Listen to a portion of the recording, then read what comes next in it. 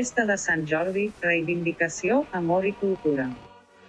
El 23 d'abril és la Diada de Sant Jordi als Països Catalans, s'hi celebra el Dia del Llibre i la Fira de les Roses, símbols de la cultura i l'amor. On es reivindica la cultura catalana? És el Dia dels Enamorats i des del segle XV es regala una rosa vermella, com la Sant, a la parella.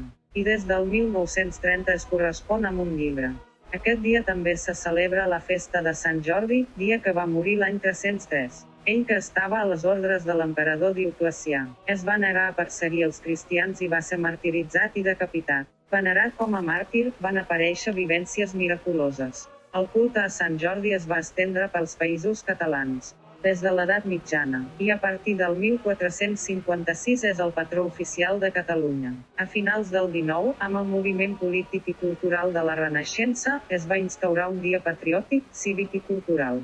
La llegenda catalana de Sant Jordi explica que va tenir un combat aferrissat amb un drac per salvar la princesa.